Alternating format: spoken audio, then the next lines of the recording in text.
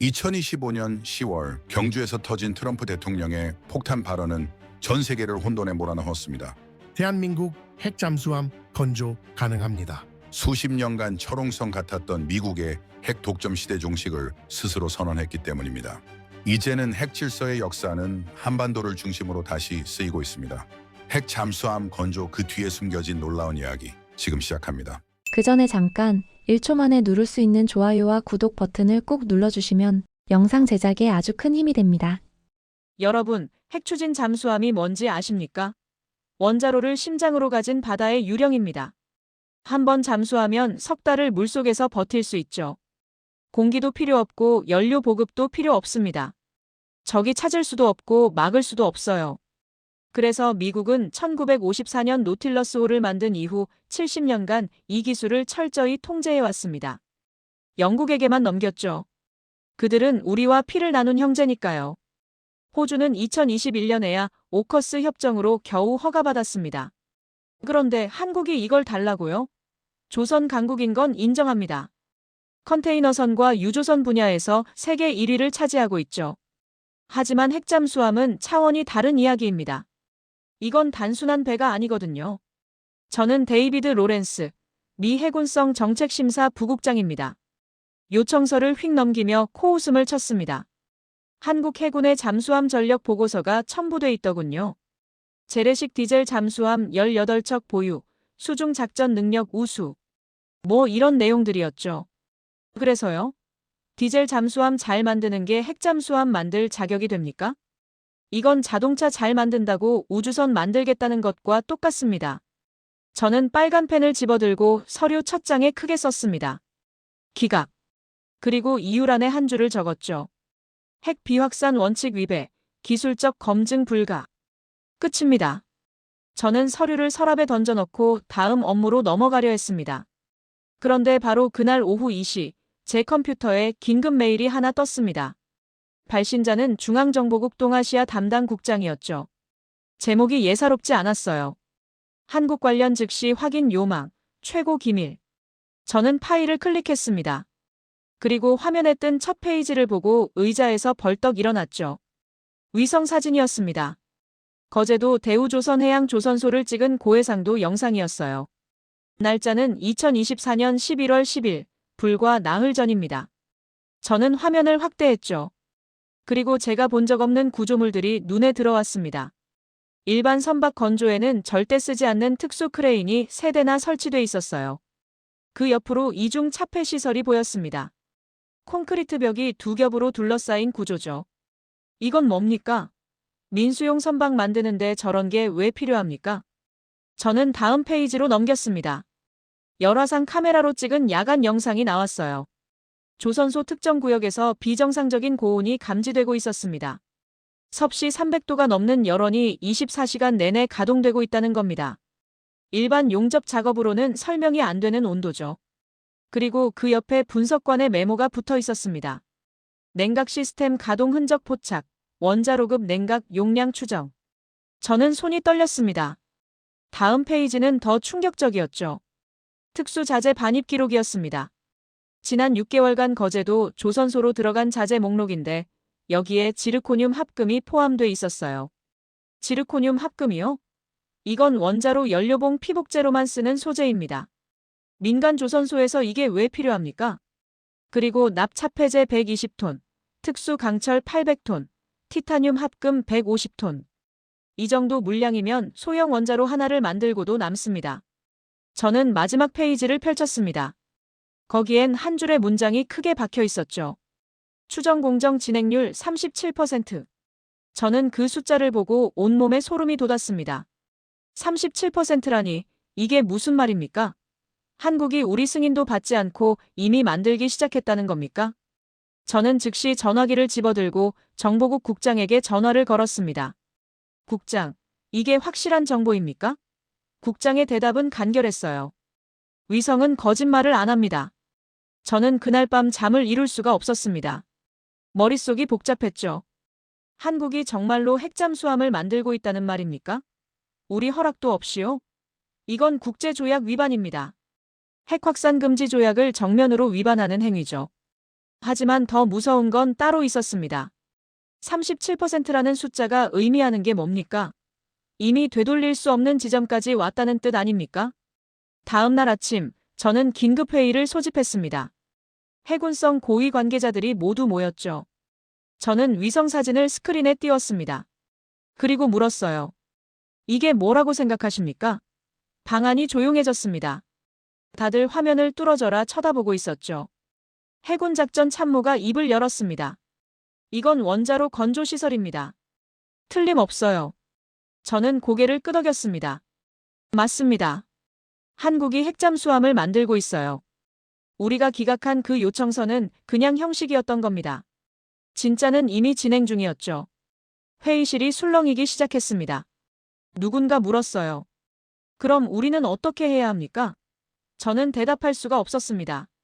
솔직히 몰랐거든요. 하지만 한 가지는 확실했습니다. 70년간 지켜온 금기가 무너지고 있다는 것. 그것도 우리가 통제할 수 없는 방식으로. 한국은 대체 어떻게 이걸 시작한 겁니까? 기술은 어디서 구했죠? 자금은요? 그리고 가장 중요한 질문.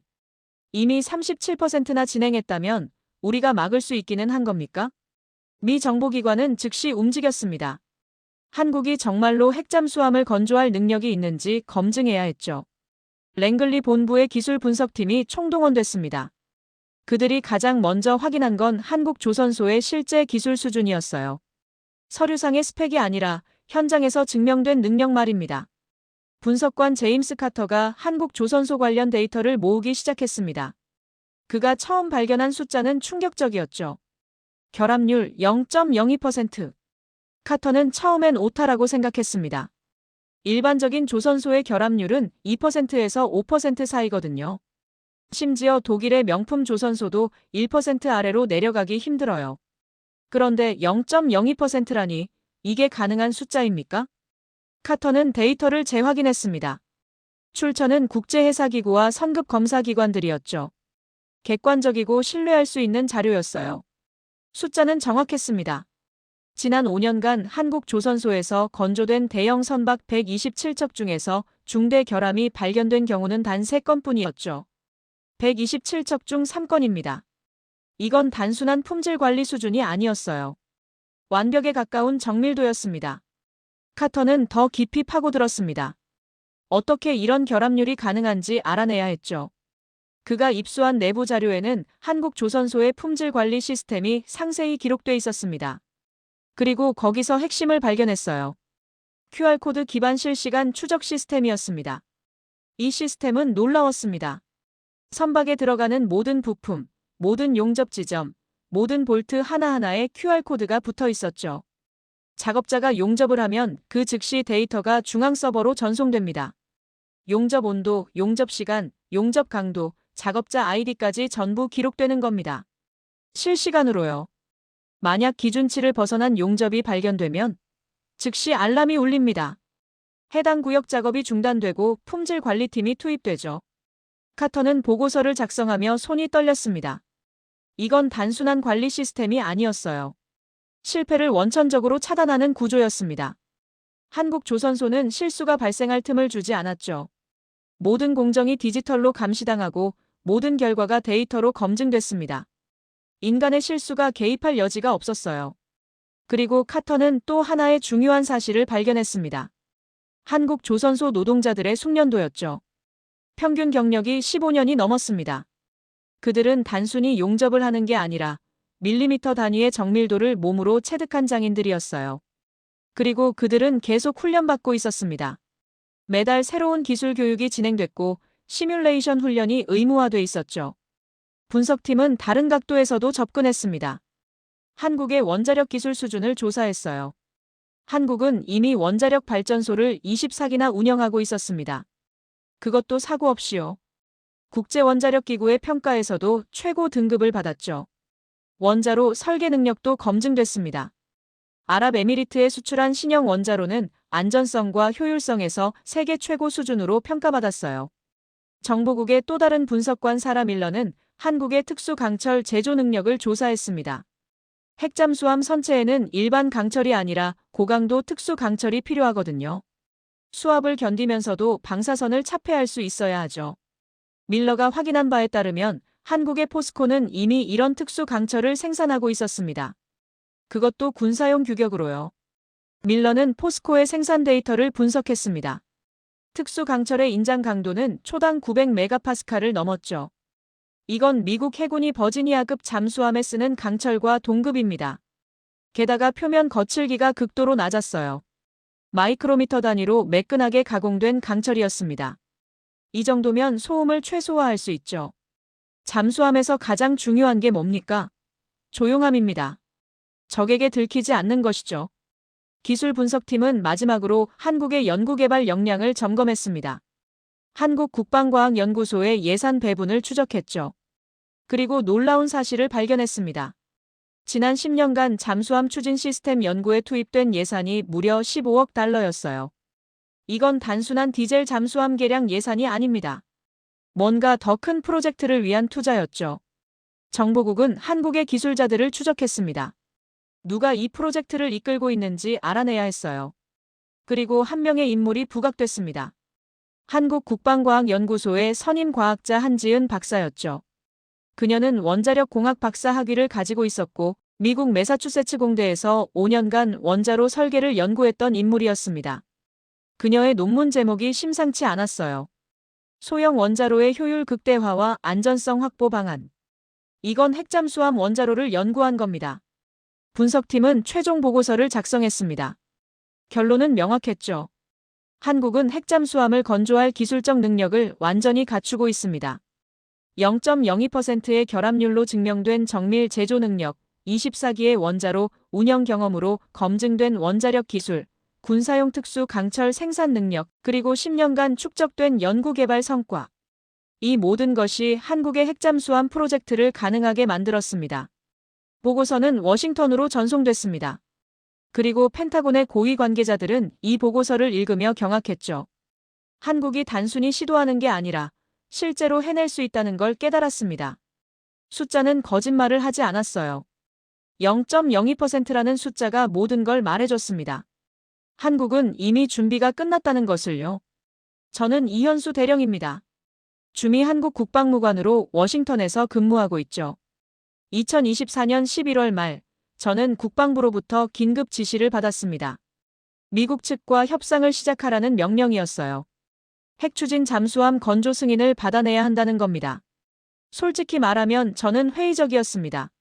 미국이 쉽게 승인할 리 없거든요. 70년간 지켜온 원칙을 하루아침에 깨겠습니까? 불가능하죠. 하지만 본국에서는 자신만만했어요. 우리에겐 카드가 있다고 했습니다. 법적 회색지대를 공략한다는 겁니다. 저는 서울과 화상회의를 했습니다. 외교부와 국방부 고위 관계자들이 모여 있었죠. 그들이 설명한 전략은 놀라웠습니다. 우리는 핵확산 금지 조약을 위반하지 않는다는 겁니다. 어떻게요? 전홍축 우라늄을 사용하기 때문이죠. 회의실 스크린에 자료가 떴습니다. 핵무기를 만들려면 농축도 90% 이상의 고농축 우라늄이 필요합니다. 하지만 우리가 개발한 원자로는 농축도 20% 이하의 저농축 우라늄으로 작동한다는 거예요. 이건 핵무기로 전용이 불가능합니다. 기술적으로 불가능해요. 그래서 핵확산 금지 조약에 저촉되지 않는다는 논리였죠. 저는 고개를 끄덕였습니다. 이론적으로는 맞는 말이었어요. 조약 어디에도 저농축 우라늄 기반 추진 시스템을 금지한다는 조항은 없습니다. 하지만 문제는 미국이 그걸 받아들이겠느냐는 거죠. 법적으로는 회색지대지만 정치적으로는 완전히 다른 이야기거든요. 며칠 후, 저는 국무부 동아시아 담당 차관보와 만났습니다. 비공식 면담이었죠. 차관보는 저를 보자마자 단도직입적으로 물었습니다. 대령, 한국이 정말로 핵잠수함을 만들 생각입니까? 저는 조심스럽게 대답했어요. 우리는 핵추진 추진 시스템을 연구하고 있습니다. 하지만 이건 핵무기와는 무관합니다. 차관보는 코웃음을 쳤습니다. 무관하다고요? 원자로를 가진 잠수함이 핵무기와 무관하다고 생각하십니까? 저는 침착하게 설명했죠. 우리가 사용하는 건 저농축 우라늄입니다. 핵무기 제조가 불가능한 연료예요. 국제원자력기구의 감시도 받을 겁니다. 완전히 투명하게 진행할 계획입니다. 차관보는 잠시 말이 없었습니다. 그러다가 한숨을 쉬더군요. 대령, 법적으로는 당신 말이 맞을지 모릅니다. 하지만 정치적으로는 재앙이에요. 중국이 가만히 있겠습니까? 러시아는요? 북한은 뭐라고 하겠어요? 동북아 전체가 불안정해집니다. 저는 예상했던 반응이었습니다. 미국의 우려를 이해했죠. 하지만 우리에게도 사정이 있었어요. 저는 조심스럽게 말을 꺼냈습니다. 차관보님, 우리의 안보 상황을 이해해 주셔야 합니다. 북한은 이미 핵무기를 가졌어요. 잠수함 발사 탄도미사일도 개발했습니다. 우리는 그걸 막아야 합니다. 재래식 잠수함으로는 한계가 있어요. 차관보는 고개를 저었습니다. 그래서 핵잠수함이 필요하다. 그건 과잉 대응 아닙니까? 저는 반박했죠. 과잉이 아닙니다. 필수예요.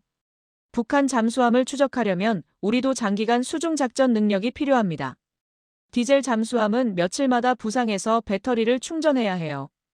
그 사이에 북한 잠수함을 놓치면 어떻게 합니까? 대화는 평행선을 달렸습니다. 차관보는 원칙을 강조했고 저는 현실을 설명했죠. 결국 만남은 아무런 결론 없이 끝났습니다. 차관보는 마지막으로 경고했어요. 대령, 한국이 일방적으로 진행하면 동맹 관계에 금이 갑니다. 신중하게 생각하십시오. 저는 대사관으로 돌아와 서울에 보고했습니다. 미국의 반응은 예상보다 강경하다고요. 하지만 본국의 답변은 단호했습니다.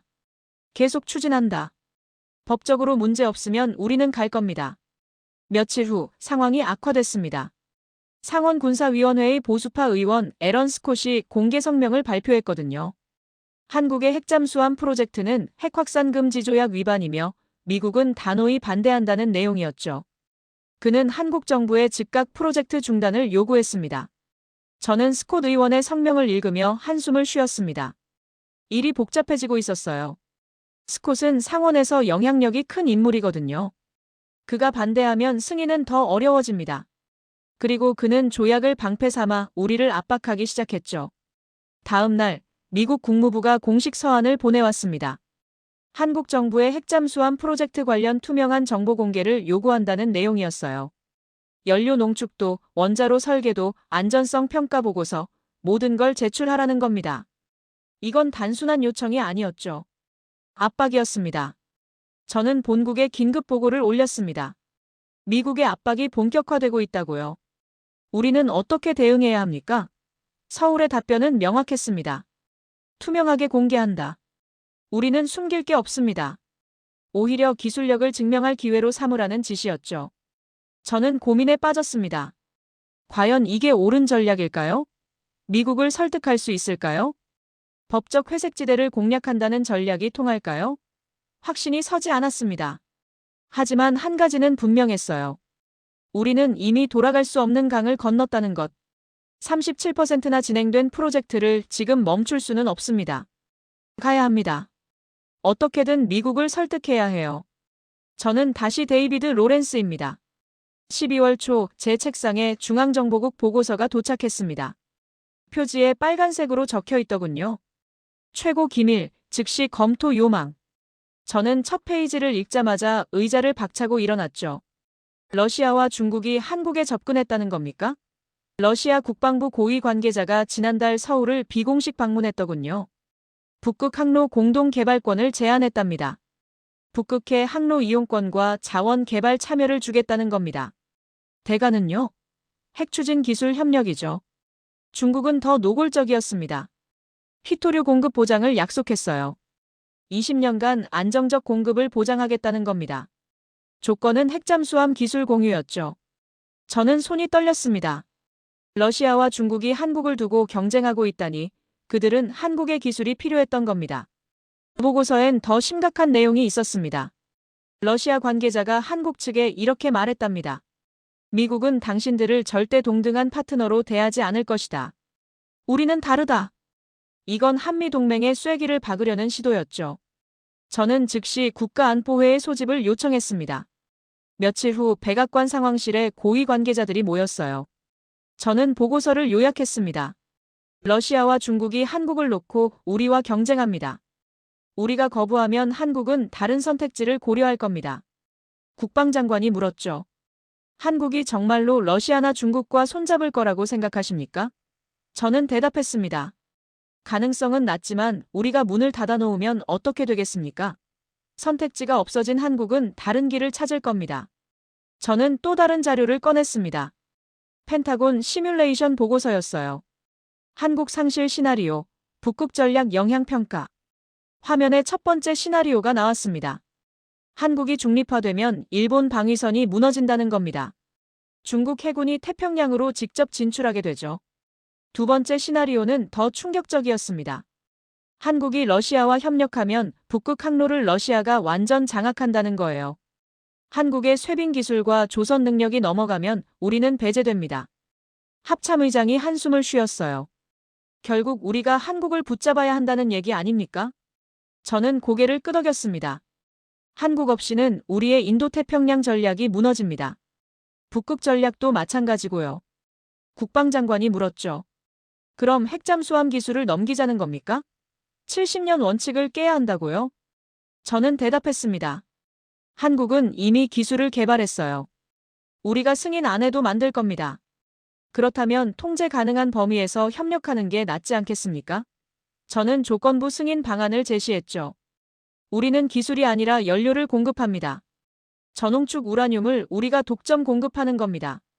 한국은 원자로를 만들지만 연료는 우리에게서만 받아야 해요. 정보국장이 동의했습니다. 연료 공급권을 가지면 한국을 계속 우리 영향권에 둘 수 있다고요. 이상한 짓 하면 연료 공급을 끊으면 되죠. 회의는 그렇게 결론 났습니다. 조건부 승인입니다. 연료 독점으로 통제권을 유지하면서 동맹을 지키는 겁니다. 저는 창밖을 내다봤습니다. 70년 원칙이 무너지는 순간이었죠. 하지만 어쩔 수 없었습니다. 러시아와 중국이 움직이고 있고 한국은 선택지를 찾았어요. 우리가 안 주면 다른 데서 받을 겁니다. 원칙보다 생존이 먼저입니다. 저는 한지은입니다. 한국국방과학연구소 선임 과학자죠. 2024년 12월 중순, 재앙이 닥쳤습니다. 원자로 냉각 시스템 진동 피크가 급등한 겁니다. 원자로 폭주 신호였어요. 새벽 3시, 긴급 호출을 받고 연구소로 달려갔습니다.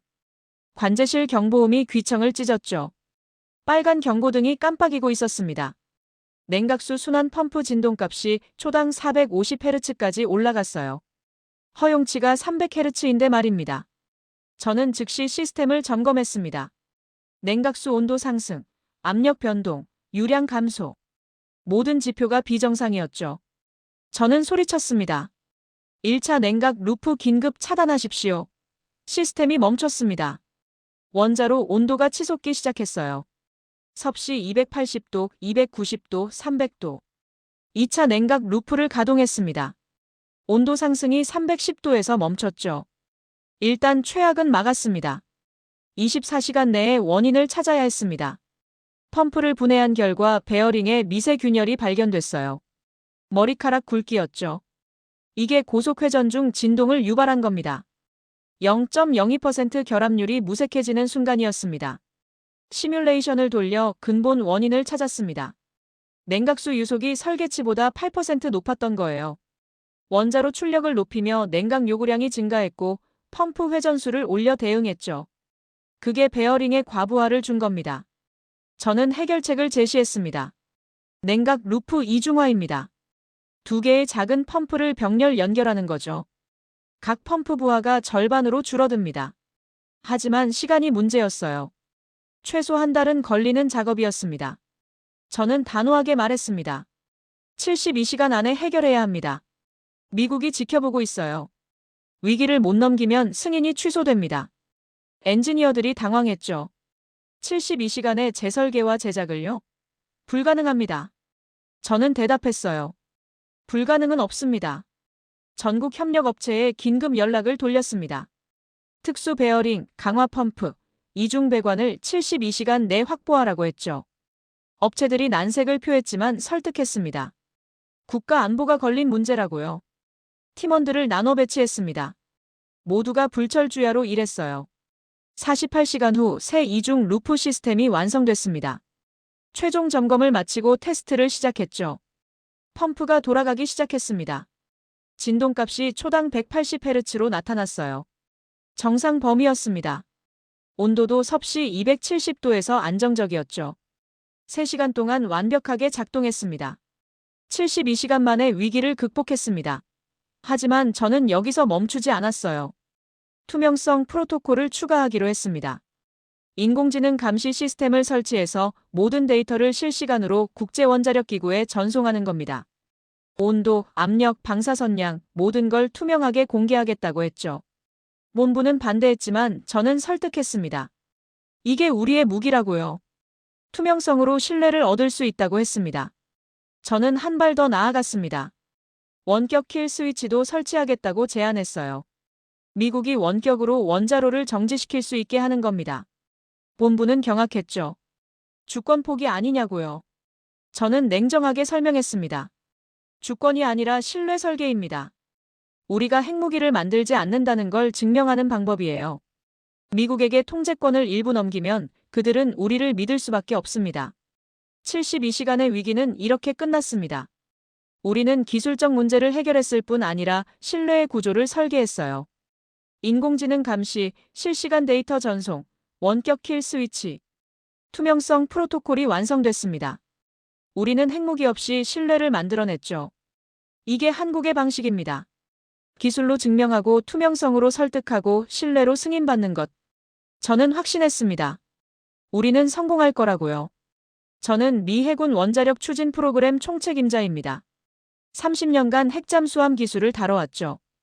2025년 2월 필라델피아 해군 조선소에서 역사적인 순간을 맞이했습니다. 한국의 원자로 공개 시연이었어요. 솔직히 말하면 저는 회의적이었습니다. 한국이 만든 원자로가 우리 기준을 통과할 수 있을까요? 70년간 축적된 우리 기술을 따라올 수 있겠습니까? 불가능하다고 생각했죠. 하지만 명령은 명령입니다. 공정하게 평가하라는 지시를 받았어요. 시연장에 들어섰을 때 첫인상은 놀라웠습니다. 한국이 가져온 원자로 모듈이 예상보다 훨씬 작았거든요. 우리 버지니아급 원자로의 3분의 2 크기였죠. 작으면서도 출력을 낼 수 있다는 말입니까? 저는 의구심이 들었습니다. 한지은 박사가 시연을 시작했습니다. 그녀는 차분하게 설명했어요.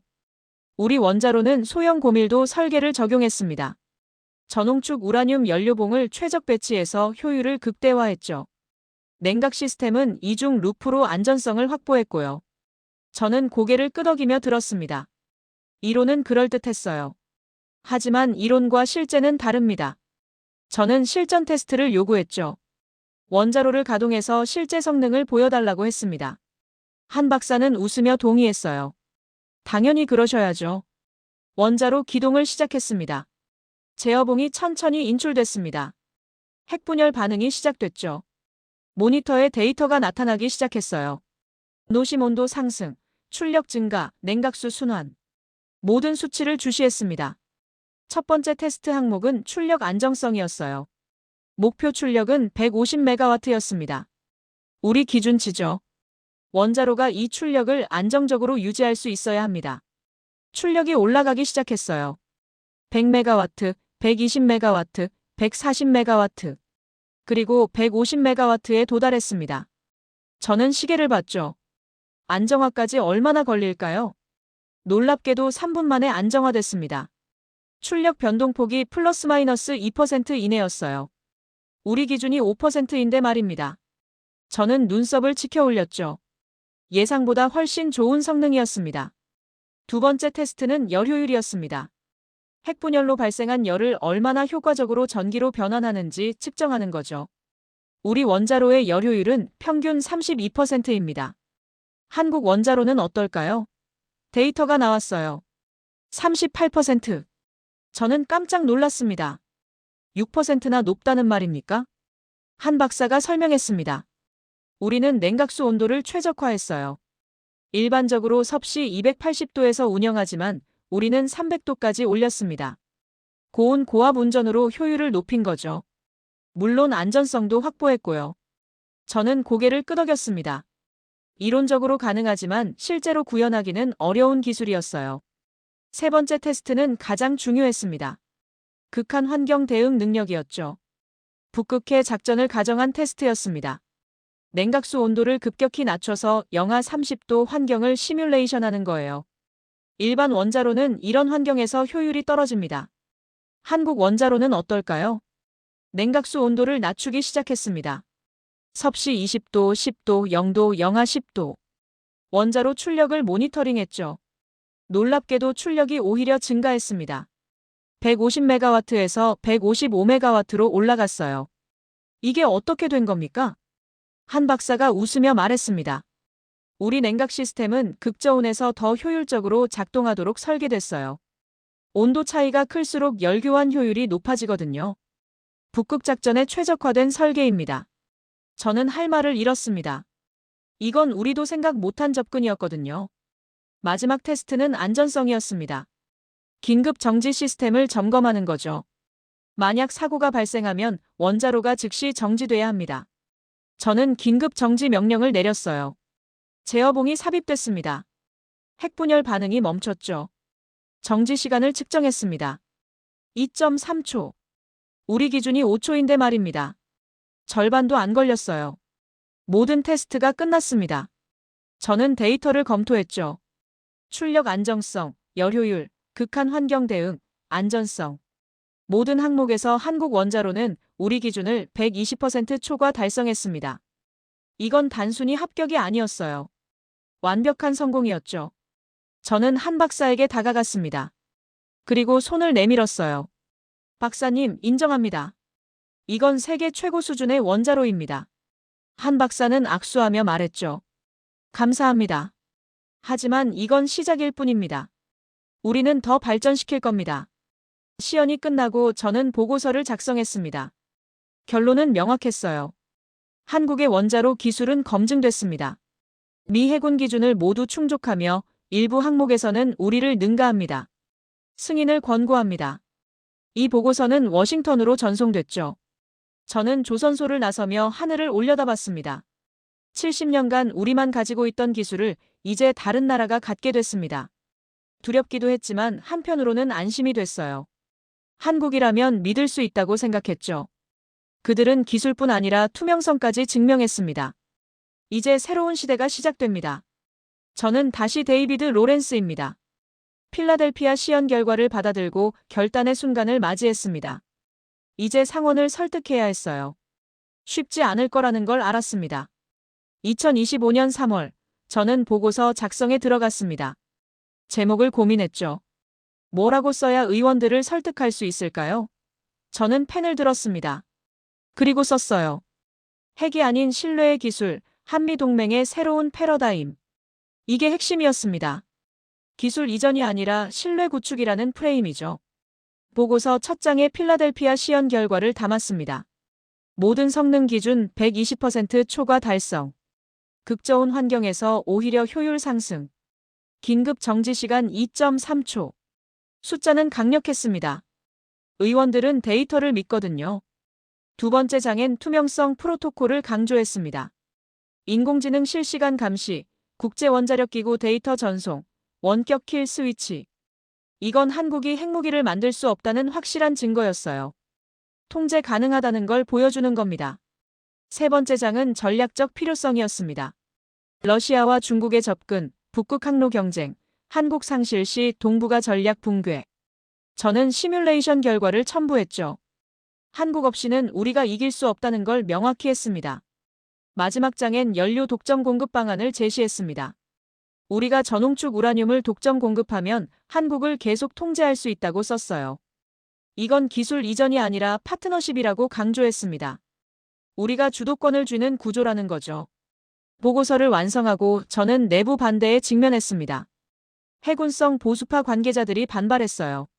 로렌스 부국장, 70년 원칙을 깨자는 겁니까? 선례를 만들면 다른 나라들도 요구할 겁니다.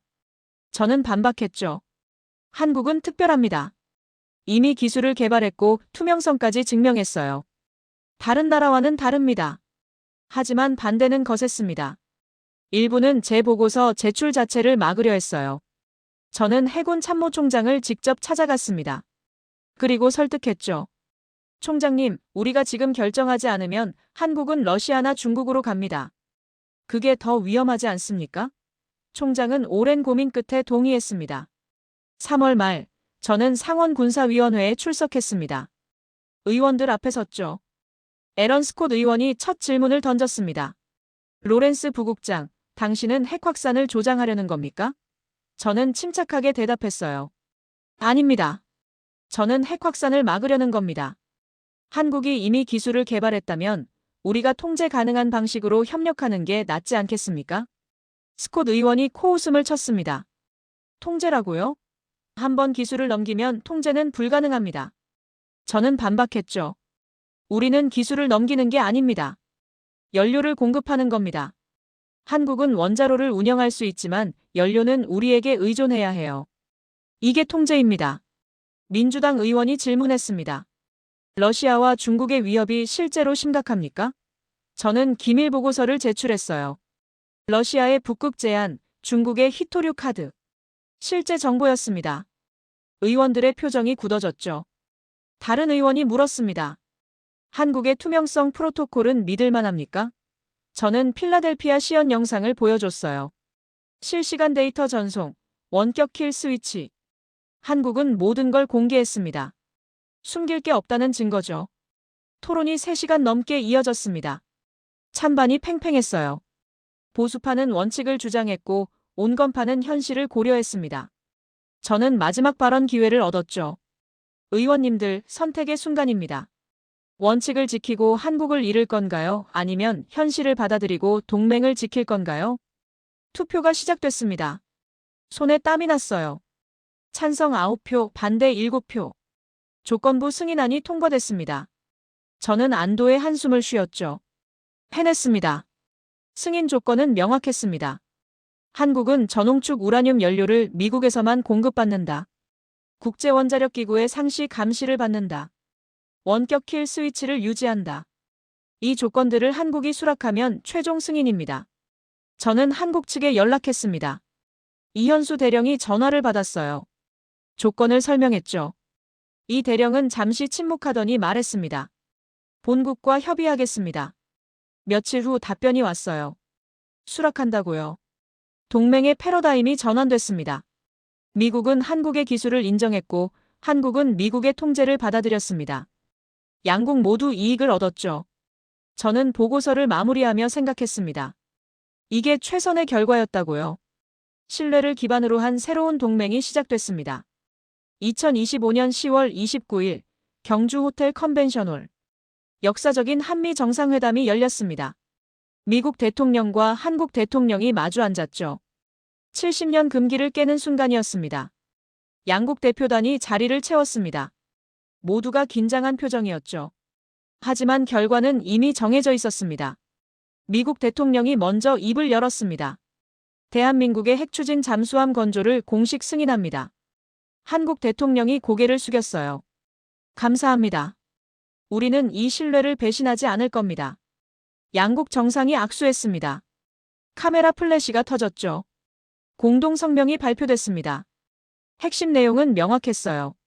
한국은 전홍축 우라늄 기반 핵추진 잠수함을 건조한다. 연료는 미국이 독점 공급한다. 국제원자력기구의 상시 감시를 받는다. 투명성 프로토콜을 완벽히 이행한다. 이게 경주선언이었습니다. 그리고 중요한 내용이 추가됐습니다.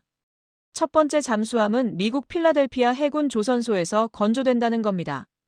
한국의 원자로 기술과 미국의 건조 노하우를 결합하는 거죠. 이건 단순한 협력이 아니었어요. 신뢰의 상징이었습니다. 미국 땅에서 한국 기술로 잠수함을 만드는 겁니다. 로렌스 부국장이 기자들에게 설명했습니다. 필라델피아 건조는 전략적 선택입니다. 미국의 품질 관리 시스템과 한국의 혁신 기술이 만나는 거죠. 양국 엔지니어들이 함께 작업하면서 기술을 공유하고 신뢰를 쌓을 겁니다. 착공은 2026년 초, 완공 예정일은 2028년입니다. 성명엔 더 흥미로운 내용이 있었습니다. 제7항이었죠. 한국의 투명성 프로토콜 모델은 향후 비핵 동맹국에 적용 가능한 표준이 될 수 있다. 양국은 이에 대한 추가 협의를 지속한다. 이게 무슨 의미입니까? 수출 가능성이 열린 겁니다. 한지은 박사가 브리핑에 나섰습니다. 우리 모델은 신뢰를 설계한 겁니다. 인공지능 감시, 실시간 데이터 공개, 원격 킬 스위치. 이 세 가지만 있으면 어떤 나라도 핵무기로 전용할 수 없어요. 우리는 이걸 증명했습니다. 이제 이 모델이 국제 표준이 될 가능성이 있습니다. 전 세계가 주목했습니다. 호주가 가장 먼저 반응했어요. 호주 국방장관이 성명을 냈습니다. 한국의 투명성 모델에 큰 관심이 있다고요. 오커스 협정과 별개로 한국 방식도 검토하겠다고 밝혔죠. 캐나다도 비슷한 입장을 표명했습니다. 폴란드와 노르웨이도 관심을 보였습니다. 북극작전 능력이 필요하다는 거예요. 러시아 위협에 대응하려면 핵추진 잠수함이 필수라고 했죠. 한국의 극저온 최적화 설계가 완벽하다고 평가했습니다. 하지만 아직은 협의 단계였어요. 실제 수출까지는 넘어야 할 산이 많았습니다. 로렌스 부국장은 신중한 입장을 밝혔습니다. 수출은 케이스 바이 케이스로 검토될 겁니다. 미국의 승인과 연료 공급 체계가 전제돼야 해요. 하지만 가능성은 열려 있습니다. 한국이 투명성을 증명했으니까요. 이건 조건부 긍정이었죠. 한국 정부도 신중했습니다. 외교부 대변인이 말했어요. 우리는 먼저 자국 잠수함 건조에 집중할 겁니다. 수출은 그 다음 문제죠. 하지만 국제사회의 관심에 감사드립니다. 기회가 온다면 검토하겠습니다. 이게 현실적인 입장이었어요. 경주선언이 가져온 변화는 명확했습니다. 첫째, 한국은 핵추진 잠수함 보유국이 됐어요. 미국, 러시아, 영국, 프랑스, 중국에 이어 6번째였죠. 둘째, 새로운 국제 표준이 만들어졌습니다. 투명성 기반 핵추진 시스템이었어요. 셋째, 수출 가능성이 열렸습니다. 아직은 미지수지만 문이 열린 거죠. 중국과 러시아는 당황했습니다. 그들이 한국을 유혹하려 했지만 실패했어요. 한국은 미국과 손잡았고 새로운 동맹 모델의 중심이 됐습니다. 중국은 공식 항의를 했지만 소용없었죠. 국제법상 문제가 없었거든요. 회담장을 나서는 한지은 박사와 로렌스 부국장이 마주쳤습니다. 한 박사가 말했죠. 부국장님, 함께 해줘서 감사합니다. 이제 시작입니다. 로렌스가 악수하며 웃었어요. 박사님이 증명해줬습니다. 기술과 신뢰는 공존할 수 있다는 걸요. 두 사람은 경주의 가을 하늘을 올려다봤습니다. 한미동맹은 새로운 시대를 맞이했습니다. 감시가 아닌 신뢰의 프로토콜로 재탄생했어요. 미국은 통제권을 유지하면서도 한국을 존중했습니다. 한국은 주권을 지키면서도 협력했죠. 양국 모두가 승리한 최고의 딜이었습니다. 2025년 10월 29일, 경주의 하늘은 맑았습니다. 70년 금기가 무너진 자리에 신뢰의 시대가 열렸죠. 한국은 증명했습니다. 작은 나라도 기술과 투명성으로 세계를 바꿀 수 있다는 것을. 2026년 필라델피아에서 시작될 첫 잠수함 건조는 그 증거가 될 겁니다. 그리고 언젠가 이 기술이 세계로 퍼져나갈 날도 올 거예요. 한국의 이름으로요.